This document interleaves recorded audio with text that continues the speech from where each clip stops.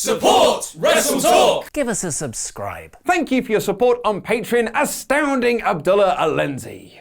Raw's Alexa Bliss is the #1 contender to the SmackDown Women's Champion. Raw's Dolph Ziggler beats down SmackDown's WWE Champion again, and the wildcard is seemingly thrown out the window as SmackDown stars barely appear on their own SmackDown show. Where the bloody hell is Buddy Murphy? And what shocking Moxley promo has been leaked? Click the timestamps down below if you want to jump to any of those news stories if that sort of thing tickles your fancy. I am Luke Owen. Have yourself a super click party by subscribing to this channel, click the thumbs up button, and leave a comment down below to answer our question of the day. Will you be watching Super Showdown this coming Friday? And make sure you vote in the poll by clicking the eye above my head to let me know your thoughts on the show, where you could choose from Smackdown, Smacktastic, Smack Bang in the Middle, Smackdowner, and a smack in the face. This is the 4th of June 2019 edition of SmackDown Live. New Day opened the show to play a very lovely video of WWE Champion Kofi Kingston traveling to Ghana, but he was interrupted by his Super Showdown opponent Dolph Ziggler. And if Ziggy's return wasn't surprising enough a couple of weeks ago, we got even more shocking news on this week's SmackDown. Dolph is a Raw guy, so it turns out he's been a wild card this whole time and no one noticed. He then played his own video package and repeated his mantra of "It should have been him!" Kofi then played another video recapping Dolph's abandoned storyline of him vacating the US title and walking out in December 2017, and Dolph responded by playing the 4th video package in one segment, this time of his attacks on Kofi Kingston. Look, the promo work from both guys was good, but the whole thing was horrifically stilted with the various video packages, and it led to Kofi Kingston and Xavier Woods defeating Kevin Owens and Sami Zayn in a formulaic tag match, with Kofi pinning Sami with the Trouble in Paradise. Dolph then laid out Kofi and Woods after the match. Shane McMahon was backstage to show another video package and said he'll beat Roman this Friday because he's the best in the world. Oof, this show has not got off to the best of starts. I really hope the next segment can help. Oh god damn it, a moment of bliss! Yes, Raw's Alexa Bliss brought her terrible talk show over to the Red brand to SmackDown to stink up the joint with an interview with Bayley. But hey,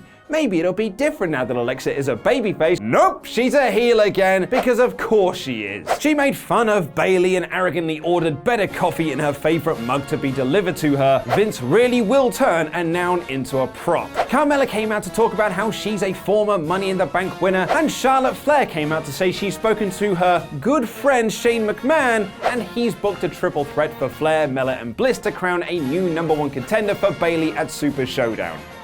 Just kidding, it's a stomping grounds. Women won't be wrestling at Super Showdown. Perhaps more annoyingly though is the inconsistent character of Alexa Bliss, who has flip-flopped from babyface to heel more times these last few months than Big Show has in his whole career. And we're now in a situation where she's feuding with the Iconics with Nikki Cross for the women's tag titles as a babyface on Raw, but feuding with Bayley for the SmackDown Women's Champion on SmackDown as a heel. How could anyone possibly care or invest in the Bliss character if this company can't decide who or what she is?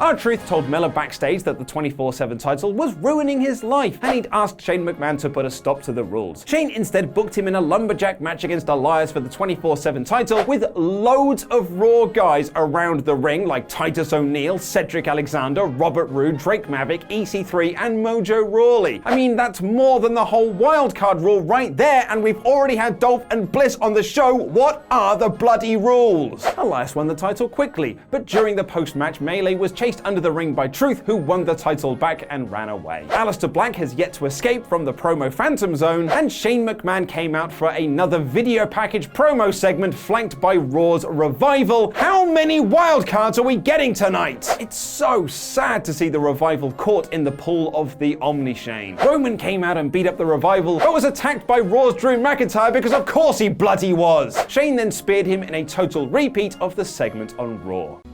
Control-C, Control-V. Aha! Thankfully, we got some decent wrestling, as Alexa Bliss, Charlotte Flair, and Carmella had a triple threat to crown a new #1 contender to Bayley at Not Super Showdown. Fire and Desire came out to distract Carmella. Weren't you feuding with the Kabuki Warriors? And weren't you splitting up? And Bliss won with a DDT on Mella. Oddly, Corey Graves called this historic that a Raw star was going for a SmackDown title, which it might well be, apart from the fact that Raw's Dolph Ziggler is also trying to win SmackDown's top title this Friday. Kayla Braxton continued her run of being the best new backstage personality in WWE by conducting the first interview with Lars Sullivan, who cut a generic "I'm a big and scary man" promo. Well, we can't find time to debut Buddy Murphy or feature Aleister Black, but we can give this lumbering bore a 5-minute promo segment that accomplishes nothing. But it's okay, folks, as we're gonna get an Andrade match as he takes on Apollo Crews. Oh no, he just hit the DDT and then Finn Balor ran down to attack him and the match was over. Was it a DQ? Why not just give Andrade the win? Finn was then tripped by Zelina Vega, who got laid out by Andrade's DDT. But it's okay, Finn, because Vega won't be allowed at Super Showdown, so that won't happen in your title match. Because women won't be wrestling on the show, you see. This whole segment was also shorter than Lars's promo, for the record. And the main event of the show was the most heavily pushed thing, as Goldberg came out to cut a promo on The Undertaker. It was actually a pretty decent promo, and it was interrupted by Undertaker's dong, who appeared in the ring when the lights came back on. They had a brief stare-off, and then Taker disappeared when the lights went out. And the show ended with the commentators running down the card for Super Showdown like SmackDown ran short or something. This was a very boring episode of SmackDown Live. Outside of the visual of Goldberg and Undertaker standing in the ring together, there was nothing happening on this show. The inconsistent character of Alexa Bliss will be even more annoying as she'll be across both shows for the next couple of weeks, and the whole episode felt like a replay of Monday's Raw and previous weeks of SmackDown. This week's SmackDown Live is a SmackDowner. And now over to Ollie Davis with that news on the Jon Moxley promo that might have been leaked. Great review, Luke, and an extra well done for not getting distracted. Because you couldn't see it, R-Truth and Elias pinned each other several times for the 24/7 title just under the shot. Just as a quick disclaimer, I'm recording this video before New Japan's Best of the Super Juniors finals, so I don't know who won the tournament out of Will Ospreay and Shingo Takagi, nor the result of Juice Robinson defending his IWGP United States title against the debuting Jon Moxley. But that doesn't mean we can't take part in some New Japan banter, because the banter maker Kazuchika Okada, born Tormentor, has tweeted ahead of his tag match with Rocky Romero against Villain Enterprises, Marty Scurll and Brody King, peace emoji, okay emoji, high five emoji. Wait a sec, I just need to Google translate that from Japanese into emoji and then into English. 205? He's saying Marty Scurll should go to 205 Live. Buon Omega!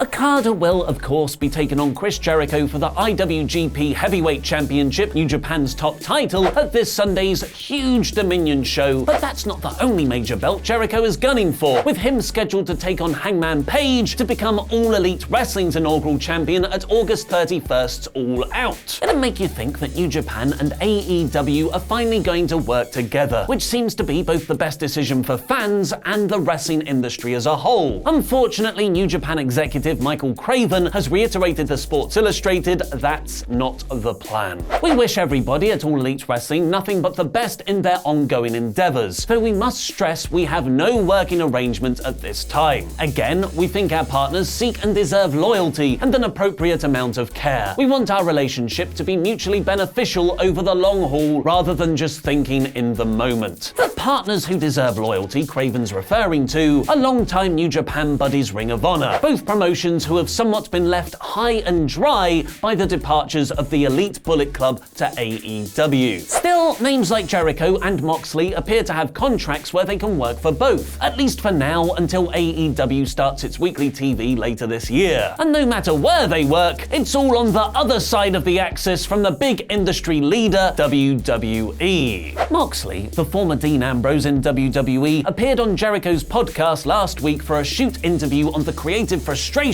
working under Vince McMahon. While his revelations weren't surprising, that many wrestlers in WWE feel creatively stifled by the company, having him voice his issues so publicly has reportedly made waves across the industry, with a number of current WWE stars apparently also reaching out to Jericho, wanting to do their own versions when they leave. Of all the stories Moxley told, though, one line was left mysteriously in the balance. When discussing how uncomfortable he felt about turning heel the same night Roman Roman Reigns revealed his leukemia diagnosis, and how McMahon then used that as material for his character, there was one scripted line that was so bad, Moxley told Jericho he refused to say it. It is the worst line. I'm not going to say it on the air, I'll tell you after we're done. It would have been like a thing where someone would had to get fired, maybe me. They might have lost sponsors, like the Susan G. Komen and all of that. A Reddit user has now claimed Jericho revealed what the line was backstage at Double or Nothing, as Mox's interview was recorded before the event, and that line has now spread behind the scenes. I don't know who's more of a dead man walking, Seth Rollins or Roman Reigns. Only difference,